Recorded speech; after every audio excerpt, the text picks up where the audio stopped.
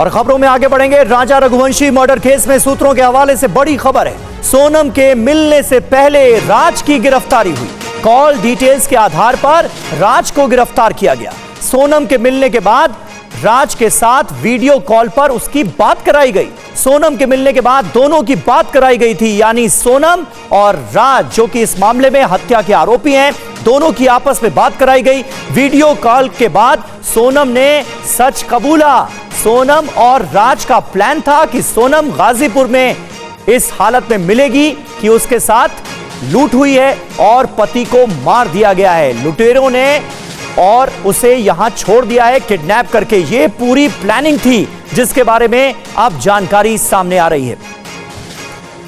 और शुभम गुप्ता हमारे संवाददाता एक बार फिर हमारे साथ लाइव जुड़ चुके हैं। शुभम, यानी कहीं ना कहीं जो पूरी योजना थी वो इस मर्डर को लूट की शक्ल देना भी था और इस तरह से हत्यारे बचना चाहते थे। ये नई जानकारी सामने आई है और बाकायदा इस पूरी प्लानिंग को अमल में लाते हुए ही गाजीपुर पहुंची थी सोनम। क्या पता चल रहा है?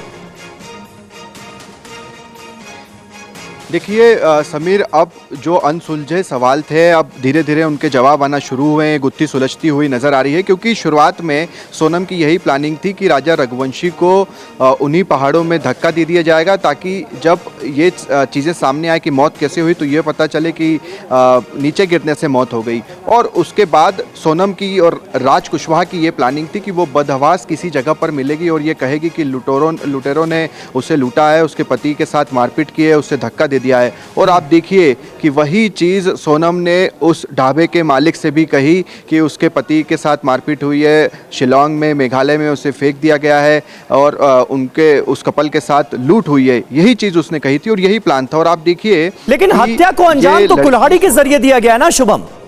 कुल्हाड़ी का इस्तेमाल किया गया है ना राजा रघुवंशी की हत्या के शुरुआत में।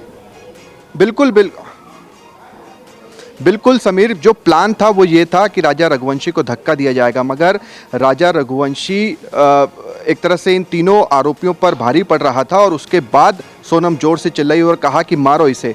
और जो कुल्हाड़ी हाथ में थी वो विशाल नाम के आरोपी ने सबसे पहला वार किया पीछे से, उसके बाद दूसरा वार हुआ और जब इसे धक्का दिया जा रहा था तो वो भी एक तरह से मशक्कत इन तीनों आरोपियों को करनी पड़ रही थी और आखिरकार सोनम ने अपने ही पति को, राजा रघुवंशी को, जोर से धक्का दिया। ये हमें खुद राजा रघुवंशी के भाई विपिन ने बताई है, जो कि उन्हें शिलोंग पुलिस ने सारी की सारी चीजें बताई है। ठीक है शुभम, बहुत बहुत शुक्रिया, बहुत बहुत शुक्रिया। जो जानकारियां सामने आ रही हैं वाकई वो दहला देने वाली हैं, चौंकाने वाली जानकारियां इस मर्डर केस में सामने आ रही हैं।